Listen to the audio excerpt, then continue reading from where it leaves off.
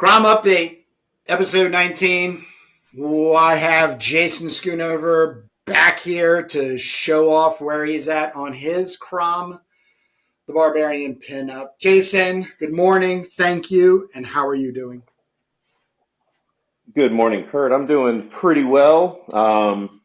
Everybody just left the house for grocery shopping. That means I can get some little bit of work done. Nice. So that's always good. But yeah, doing good. Good morning. Already had my coffee, ready to go. Awesome. Yeah, I'm in my second cup.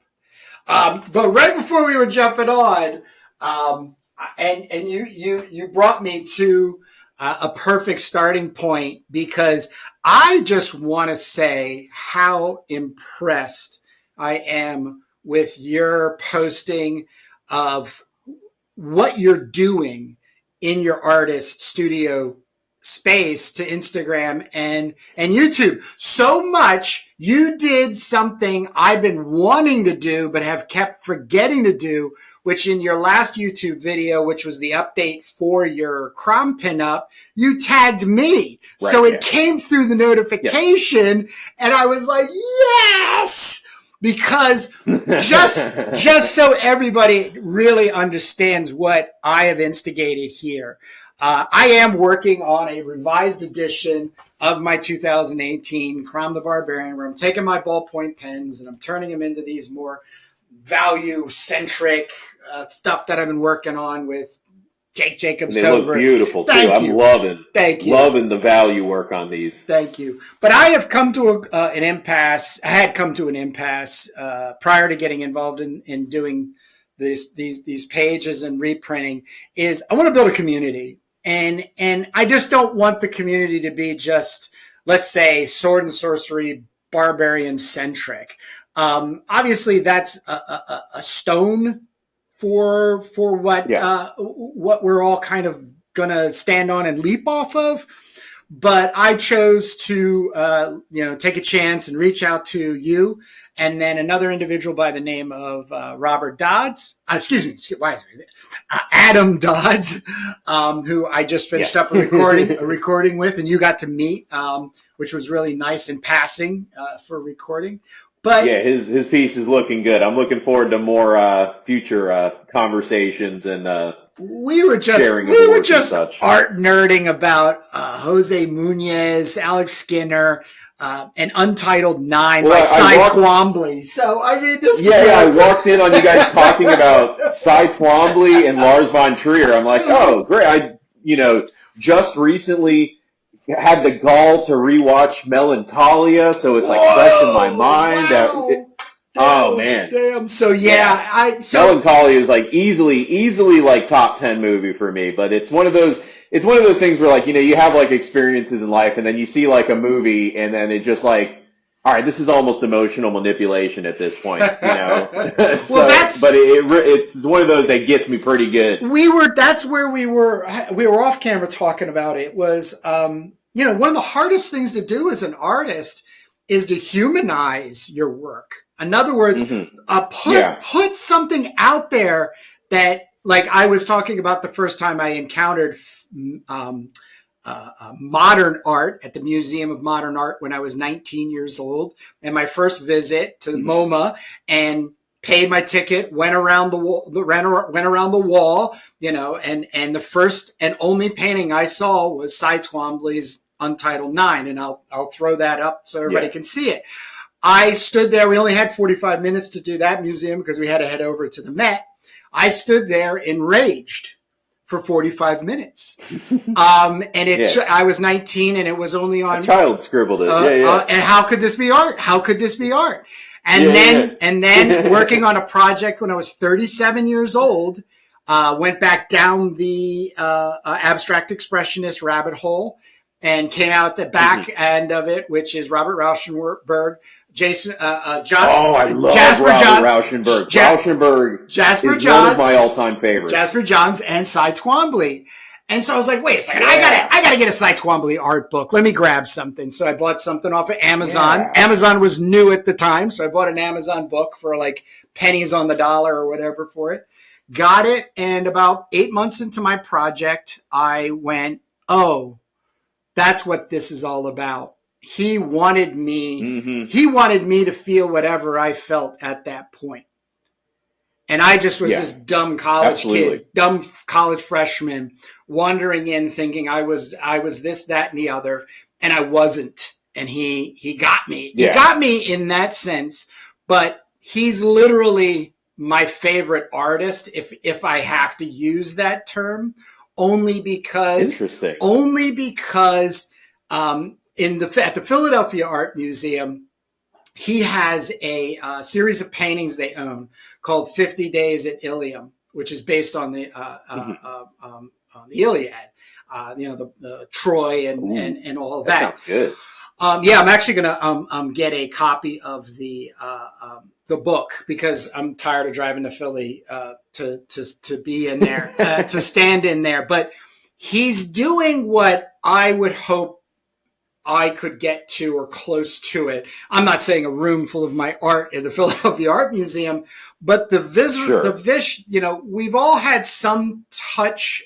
We've all been touched by the Iliad in some way or another, whether you saw Troy with Brad Pitt or, whatever. I mean, there's millions of different things. Or read it in high school. Enduring story. There's all forms of it. Yeah, everybody's read it. If you haven't read it, you've read the Odyssey and you know about the Iliad. There you go. Absolutely. So there's a lot of ubiquitous. There's a lot of that content in there, but he was making these paintings off of a fresh translation directly from the original manuscript, if you will. I'm probably speaking way out of turns, and I think it's 19. I can't remember the date. Anyhow, it doesn't really matter. But he did what I think word and pictures should do. And I'll throw a couple of images up just to kind of give people ideas. He would write Achilles, and then there would be a massive amount of activity paint wise, and then, Hector, and, so on and so forth. So you got all of these elements. There's all these elements there of words and picture association and some more symbology. But when you move around the gallery space, it's an enclosure of just his work. Once again, you're feeling the impact of said Odyssey story. Yeah. The Iliad. And how much of that do you think has to do with space though too? Because it's like. Yeah.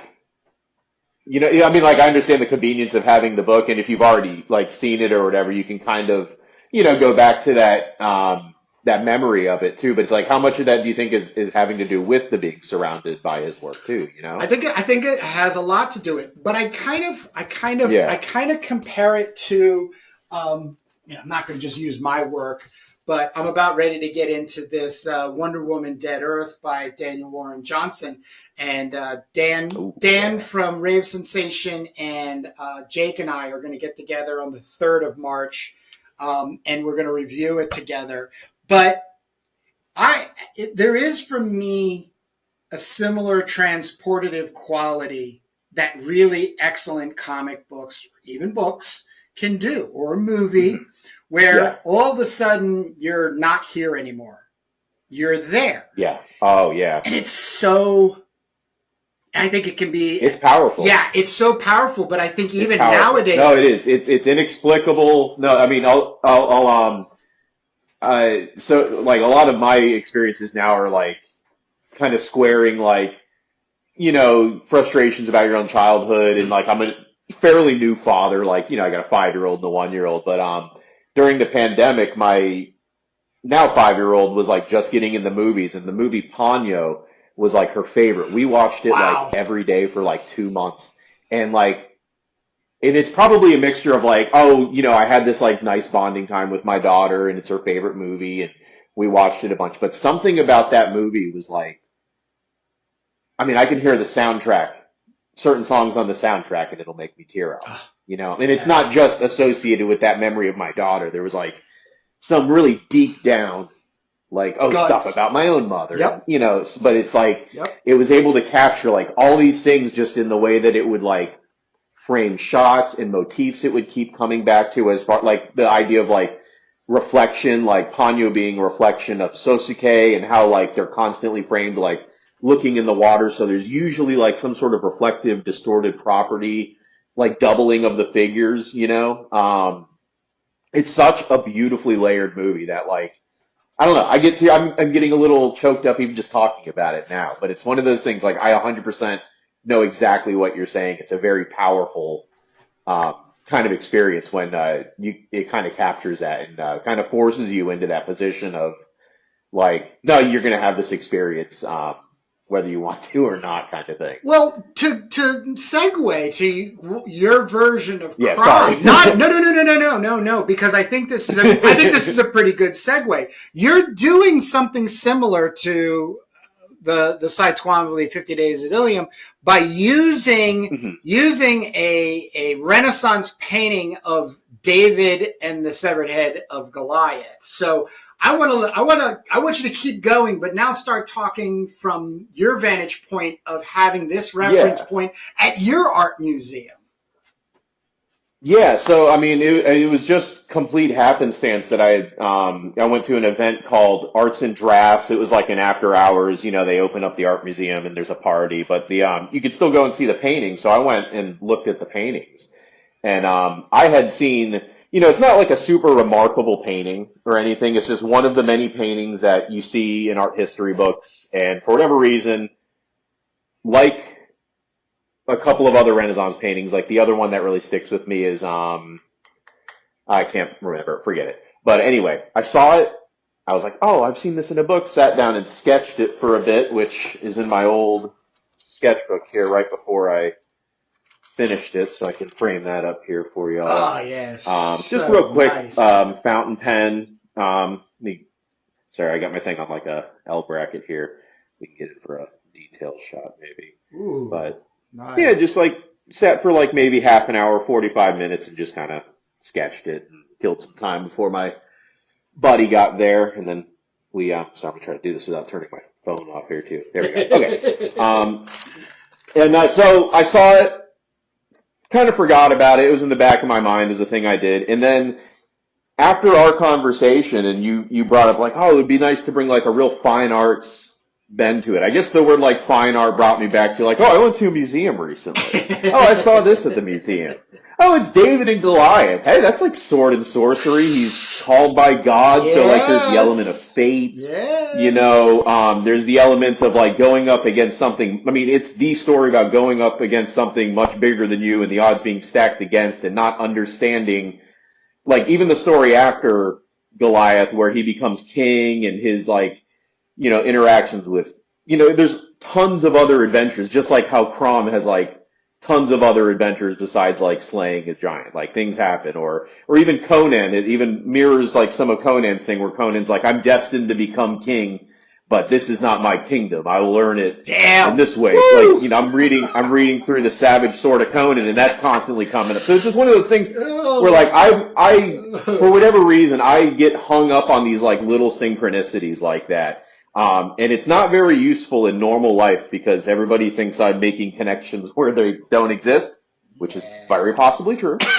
But I think if you can kind of aim that at this and kind of like, you're riffing, you're taking bits and pieces of these stories and being like, well, I'm going to shave away the aspect of this painting where David is so like, he's paper thin, like he looks like a little boy. But I like the idea that he's kind of framed, like it's a feminized masculinism in the way that like a Sylvester Stallone or an Arnold Schwarzenegger is like this feminized like idea of being like masculine. He's all oiled up and his muscles are rippling and it's like, it's not necessarily practical, but it's like, that's the aesthetic. And then, when it also goes into like, like a trophy, painting, like, you take a picture of the guy with his elephant gun or his kill or whatever, like a glory in battle. That's a very like idealized kind of like, cause like really, it's a very ugly thing,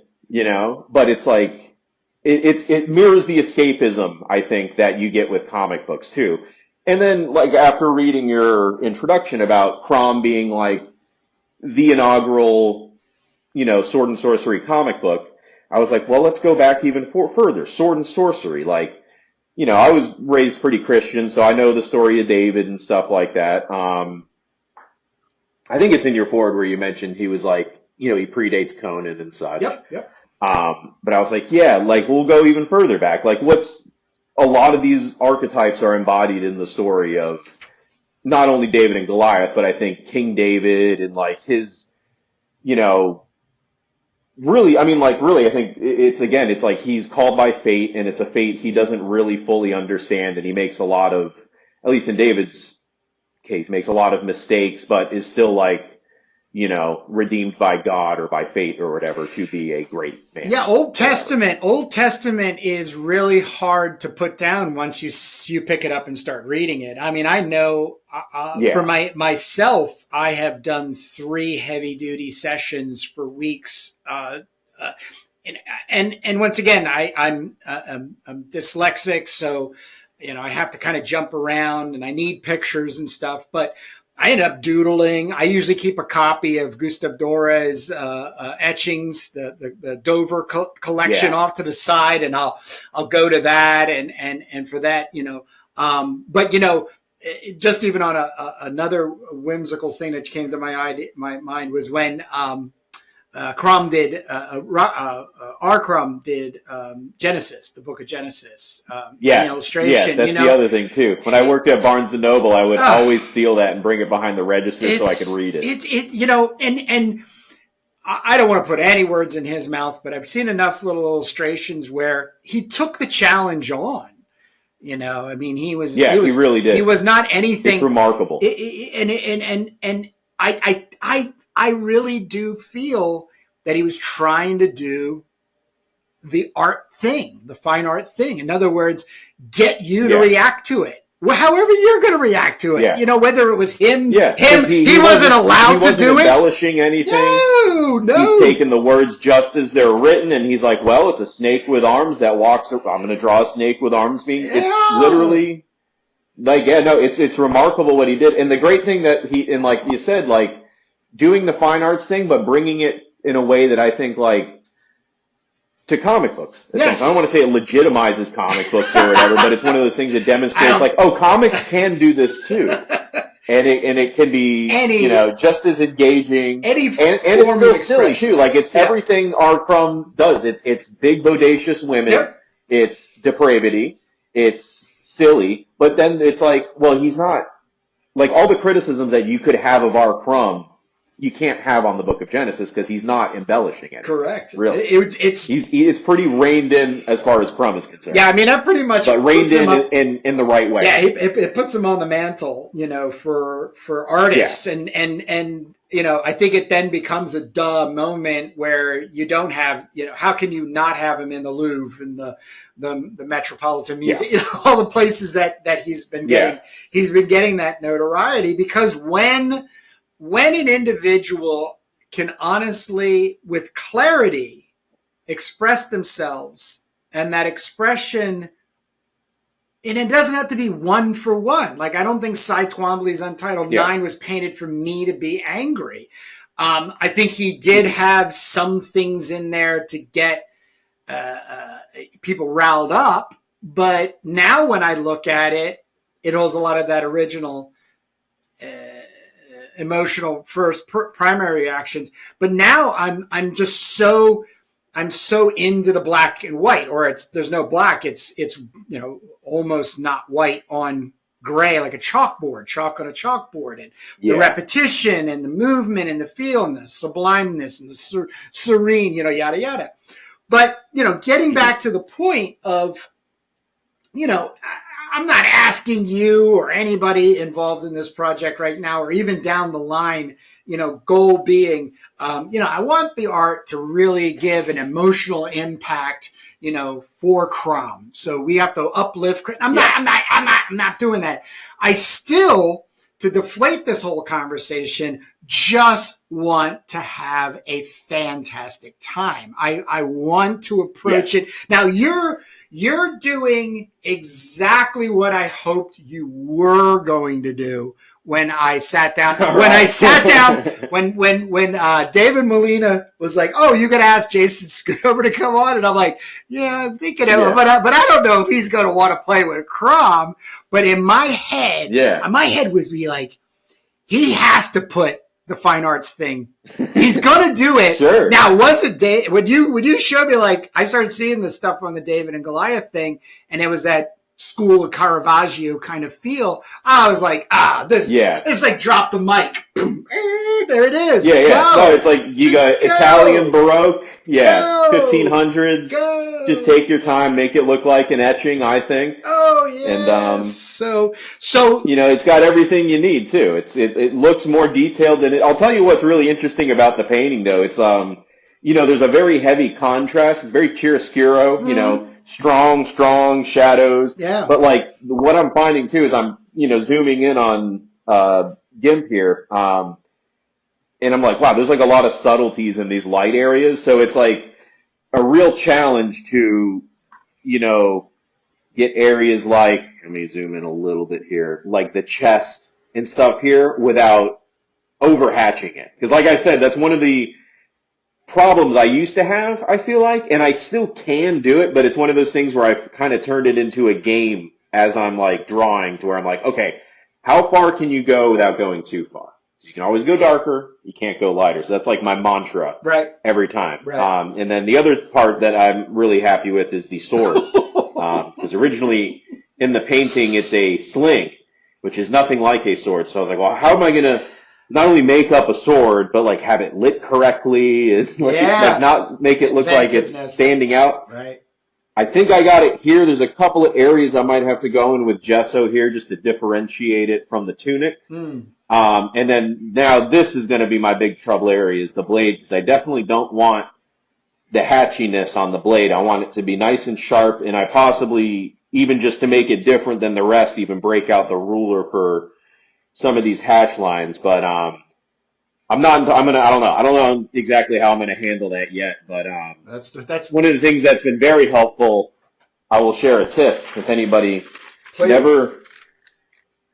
always keep tracing paper. Yeah, yes. If you're not sure how to do it, put your tracing paper down on what you've done, because a lot of what's going to determine how like this sword looks is going to be the stuff around it. So I still got to balance some stuff in the hand here. I think I got this dark enough. I just got to lighten part of the hilt.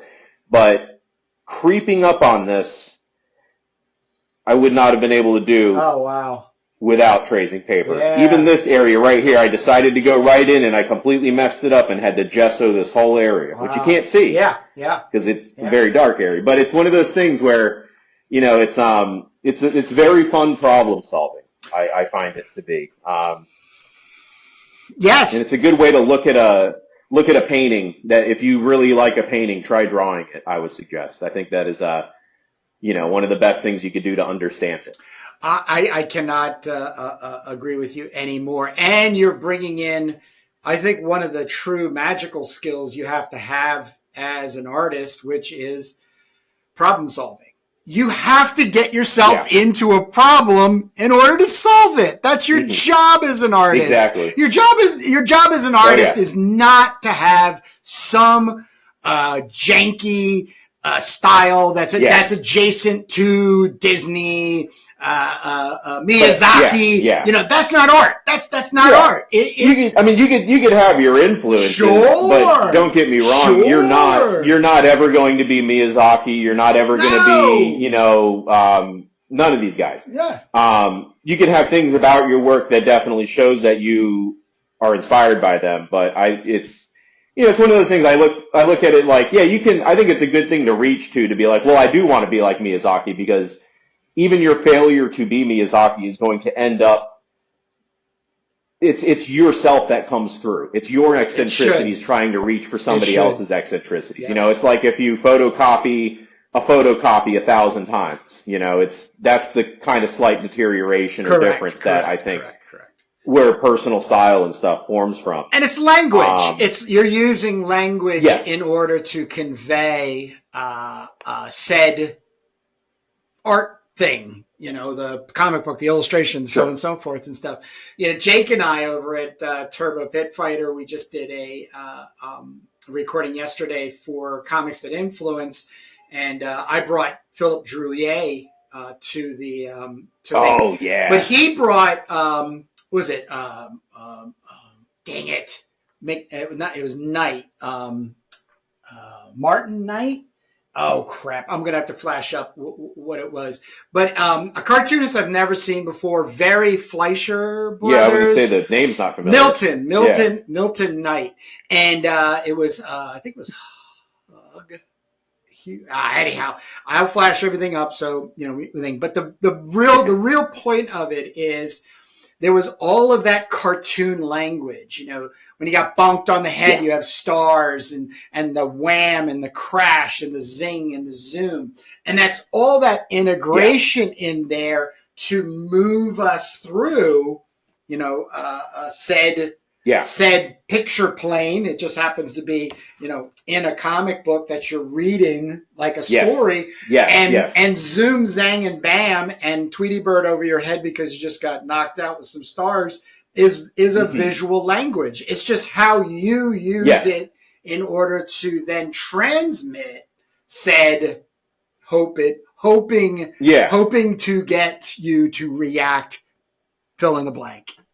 And there's a lot of versatility to that shorthand. I mean, like, it can seem unsophisticated and childish. It's funny you bring up Drew Lay. I just finished the Jodorowsky Mobius The Inkle the other day, and that has a lot of the same things you're talking about, where it's just a lot of that like cartoon language with people, again, stars around their heads, people running in a dust cloud coming out, But it's done with such like an expert degree that it's not even like noticeable. You just pick right up on it. I don't know exactly how it's integrated, but it becomes, it's like one of those things where like they're talking about doing like, you lose in like a movie. They're talking about doing like The Inkle, the movie, and I'm like, well, how do you do any of this?